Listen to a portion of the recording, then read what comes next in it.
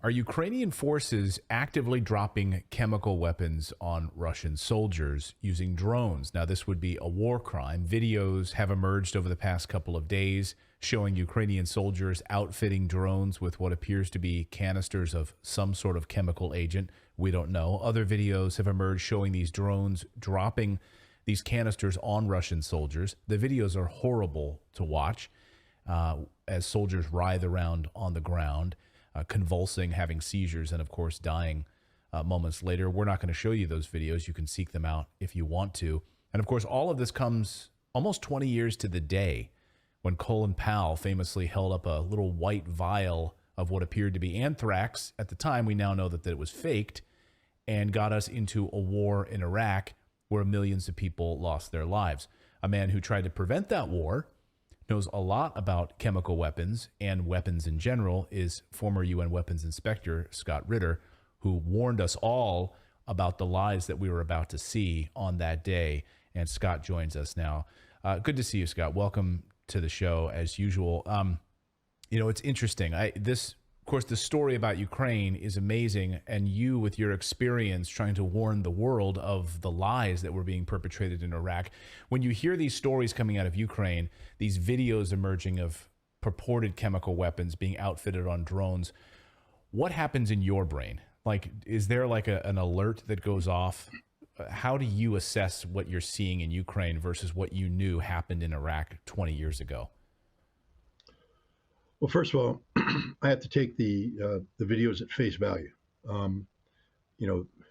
Being an inspector, I cut my teeth on the concept of trust but verify, meaning that, my eyes can trust something, I can hear people talk, but I really need to verify. So we have, videos that have clearly identifiable people in them. We know who these people are. They brag who they are. And they're claiming to be producing what looks like to be a hydrogen cyanide type weapon, which is a deadly gas. I just remind people that if you bite into a cyanide capsule, you will die. Hydrogen cyanide is a deadly gas, and it will kill you. And they appear to be producing canisters designed to be dropped from drones, filled with this deadly chemical agent. So, and then we have the video, as you said. I saw it. It's not an easy watch. It's, in fact, it sickened me and broke my heart because clearly the guy was struggling to live. He wanted to live. That was a human being who did not want to die, and he was being subjected to one of the worst deaths imaginable. I don't want to get into what hydrogen cyanide does, but it's not pretty, and his death wasn't pretty. And again, I want to trust that video is showing me what it shows. But you do need verification. But then let me talk about double standards here. If we had a videotape showing Syrian government forces bragging about how they were going to produce a chemical agent and deploy it by a drone, and then we had a video that showed a drone strike against, say, a white helmet, or some sympathetic figure, to the United States, some of the Kurdish people that we claim to support in northern Syria, and showing a Kurdish fighter writhing to death on the ground in the most horrific fashion. I can guarantee you the United States would be holding an emergency session of the Security Council right now, demanding a full-scale investigation by the Organization for the Prohibition of Chemical Weapons, OPCW, backed by the United Nations. They'd be seeking a Chapter 7 resolution by the Security Council to hold those who perpetrated this accountable, meaning that they would use military force in response. That's what the United States would be doing. But there's silence. Silence, yeah. Deafening silence right now. Crickets. The world is silent. The OPCW is silent. Where is the organization? These brave members, I have no use for the OPCW. I just hope people understand that I am strongly biased against them, not because of what they stand for, but because of what they have become. Literally a tool of the United States and its NATO allies to pervert the cause of banning chemical weapons into something where they use unsustained allegations of chemical weapons to justify military action, because that's what they did in Syria. We don't need to get into that. People can read what I've written and read other reports. Andre Mate just published a fantastic article in his Substack, and I encourage everybody to go there about exposing, again, the lies and duplicity of the OPCW. But the OPCW has an intelligence branch that monitors media, social media, etc., and they've allowed themselves to be used by the White Helmets and other anti-regime forces in Syria, where they have planted video evidence showing, Syrian government crimes, and then the OPCW has immediately acted and demanded access, need to get in there, had to do this, etc. Guys, OPCW, you have the videotapes. You've seen them. They're publicly available, of the Ukrainian forces bragging about preparing this and then actually using it. Why aren't you demanding access to Ukraine? Why aren't you going to the Security Council demanding action against the Ukrainian government? Where are the sanctions? Where are the threat of military force? Why are you silent in the face of what is clearly a war crime of horrific proportions? And here's the danger. If you tolerate this, silence is consent. And to remain silent only encourages the Ukrainians to escalate, use more. On that videotape, I think they showed 2 canisters being dropped. We don't know the whole story. But the point is that refrigerator was full of dozens of canisters, scores, hundreds. Are we going to allow those to be used? And rumor has it that they have been used. They've been used on the front against other Russian forces. These are just the only videos that we have right now. And if the Ukrainians feel that they can get away with this, then what happens when they escalate? Because producing crude chemical weapons is not hard. And the Ukrainians clearly have the capacity to produce on an industrial scale phosgene gas, mustard agent, blister agent, nerve agent, simply taking some of the fertilizer compounds or pesticides and tweaking it a little bit and using it against people, or don't tweak it and use it against people. And are we going to let this happen? I mean, the United States has a history of doing this. Even before the OPCW was formed, we worked hand in glove with the Iraqis to help them target Iranian positions on the Al-Fal Peninsula so the Iranians could use their chemical weapons more effectively. We helped target Iraqi chemical weapons. It may be a newsflash to people. I'm telling you, it's a God's honest truth. Are we going to do this now with the Ukrainians? We provide all the targeting data for Ukraine for major things like HIMARS, etc. If the Ukrainians decide to incorporate fully chemical agent into their arsenal and use it against the Russians, are we going to help plan? Are we going to help execute this? Again, silence is consent. The American government is silent. And the American people now, anybody watching this, Europeans, etc., you're now silent. But you've been empowered. Are you calling people? Are you demanding the United States actually stand up for what it claims to believe in, the ban of chemical agent? Or are we going to sit here and say, no, it's okay as long as it's just Ukrainians using it against the Russians? That's not a bad deal. Wow, I guess that means the Germans were okay using Zyklon B against Jews. It was just Germans killing Jews. It's not a big deal. No, it's a big deal, guys. It's a huge deal, and it has to be acted on. Today, the hashtag Zelensky war criminal is trending. It's being shared all over, and it's gone viral today. This is a day literally after he's meeting in front of the UK Parliament with Rishi Sunak, standing there being praised, being handed gifts, treats, treasures, whatever, while asking for more help from the UK Parliament. I don't recall, maybe you can enlighten me on this, I don't recall anyone from the UK Parliament asking him about these chemical weapons. Did you hear anything like that? Did they press him at all about this? No, nor did they ask him about the new video showing the execution of Russian prisoners of war, which is a war crime. Zelensky is a war criminal. Ladies and gentlemen, let's just understand that. He's a war criminal, and every time he meets with a politician, he flew to the United States. He was received in the White House. He was received by Congress. He was allowed to address Congress. You allowed a war criminal to address the American people from the most sacred venue possible, the People's House, Congress, in a joint session.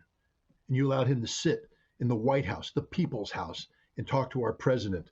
He is a war criminal. It's not just the crimes he perpetrates using chemical weapons or the execution of prisoners of war. He literally provides sustenance and he sustains Nazi ideology.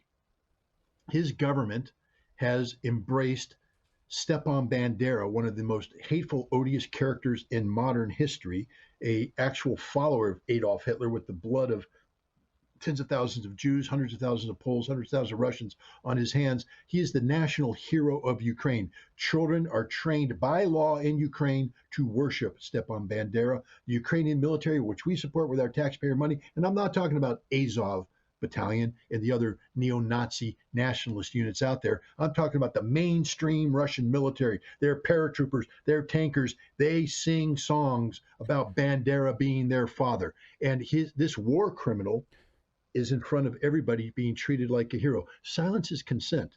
To condone this is to condone war crimes. Now, you said the Russian army, but I think you meant the Ukrainian army there. But if I said Russian, yeah. That's just because I sometimes get excited and I get ahead of myself. Just want to be clear, just so that no one calls you out on that in the comments. Absolutely. And we've seen video after video, and we've seen little children, saluting pictures of Bandera and parents. So it's just awful. I want to just kind of circle back on the mechanics of some of these chemical weapons and the canisters and the drones, and there's just piles and piles of drones, and they're sitting there mechanically putting these things together and getting these parts. You say it's pretty easy to put all of this stuff together. We know that there have been civilian attacks using American weapons. We know that in hospitals and apartments that American HIMARS were to blame being used. We talk about the targeting of these places. Did these things happen in a vacuum? Do they happen just with the Ukrainian military, these targeting, whether it's using these drones over these targets? Is it just the Ukrainian military, or we can safely say that it's probably NATO complicit in some of these attacks? No. NATO is complicit in all the attacks. You could be complicit by being directly involved, or you'd be complicit by having knowledge of an undertaking and doing nothing to stop it. In the military, I can be charged with war crimes simply by knowing about it and not doing anything to stop it. There is a moral obligation. And I bring up the military because the people who are providing this assistance to the Ukrainians are American service members wearing the uniform of the United States. And they are cognizant of the crimes being committed by the Ukrainians, and yet they are doing nothing to stop it. So that makes American service members war criminals by extension. That makes the American public a nation that condones war crimes. We are guilty of the crimes being committed by the Ukrainians because we empower the Ukrainians to commit these crimes. I just want to get you out of here on this. You've just written a piece about this 20-year look back on Colin Powell and getting us into this Iraq war. What stands out to you now, 20 years in hindsight? You were, of course, sounding the alarm about what was about to unfold. There were no weapons of mass destruction, no evidence of chemical weapons, and then no one, the government didn't want to listen, and millions of people died as a result of it. When you look back on that now, what do you think about those days 20 years ago? Yeah. I entered the UN inspection process with eyes wide open. I mean, I knew what we were doing. I knew what the American policy was regarding Saddam Hussein. And it was difficult. When I first joined, I actually went down to Washington, D.C., and I said that because a lot of people make me out to be this naive Boy Scout. Ain't nothing naive about me. I went to Washington, D.C., and I said, look, I know what the policy is, regime change. But the United Nations is talking about disarmament. And if we disarm, sanctions will be lifted, and that undermines regime change. Is there a game being played here? If there is, I don't want wink, wink, nod, nod. I need you to tell me straight up there's a game being played. I'm a big boy. I'm an adult. And then I will make a decision whether I want to play that game with you or not. And I probably would have because I'm an American and I do what my government tells me. If I think the cause is just. And at that time, I was convinced Saddam Hussein was one of the most evil men on the planet. But they said straight up, nope, you need to implement Security Council resolution, and you work for the executive chairman and you take your orders from the United Nations. And I said, so that's the will of the government. They said, yeah. So I spent the next 7 years doing exactly that, only to find out that there was wink, wink, nod, nod going on. They wanted me to do something else. And I said, no, I got my orders. I obey my orders. My orders are to faithfully execute the mandate of the Security Council. But there was always this struggle taking place. So I understood the conflict in the United States about Saddam Hussein's continued survival and how what I was trying to do with disarmament interrupted that. I resigned because of it, but I didn't feel betrayed by my government at that point in time. I was angered by the policies.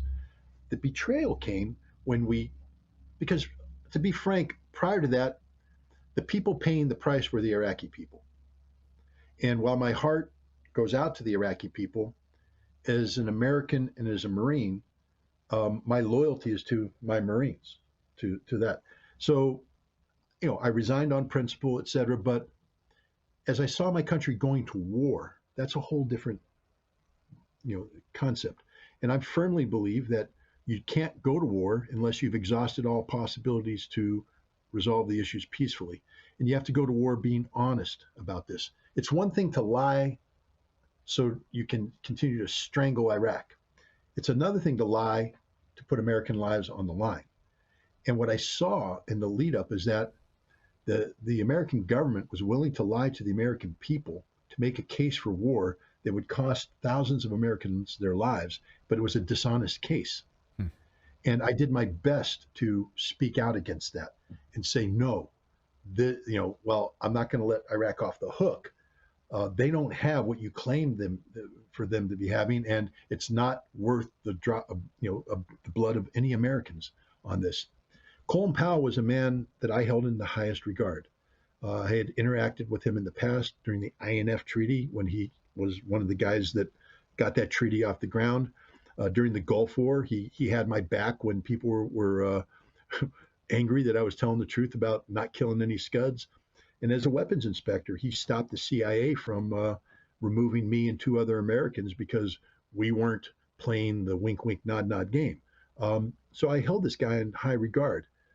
But when he sat there in front of the Security Council and he told lie after lie after lie after lie to justify us going to war, I said, oh my God, well, I'm not naive. I know the U.S. government lies, but to lie to the American people like this, to go to war, it broke my spirit.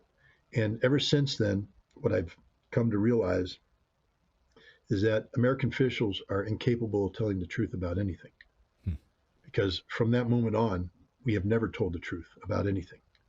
We haven't. Everything we say is a lie. And that's what I've taken away from this. And here's the part that hurts. It's one thing for an American official to tell a lie. It's another thing for the American people to be empowered with the knowledge and information that proves that that is a lie, and then do nothing to hold that person accountable because you become complicit in the lie. It's the same thing we talked about with that American service member who was aware of a war crime taking place in Ukraine, who was facilitating that war crime and doing nothing to stop the war crime.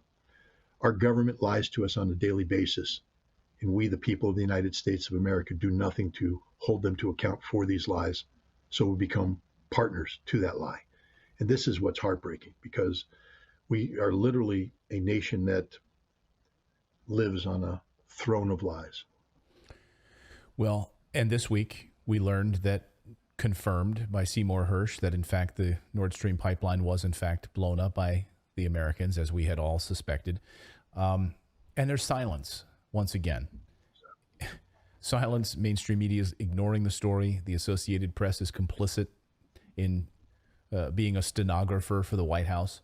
And we're all complicit in this. Where is the massive investigation? We're freaking out about a helium balloon that drifted over the United States, but we're not upset about a pipeline that was destroyed by United States terrorists. $12 billion piece of critical energy infrastructure. This was literally an energy Pearl Harbor for Europe. It was a surprise attack carried out by the United States against our erstwhile European allies, especially Germany.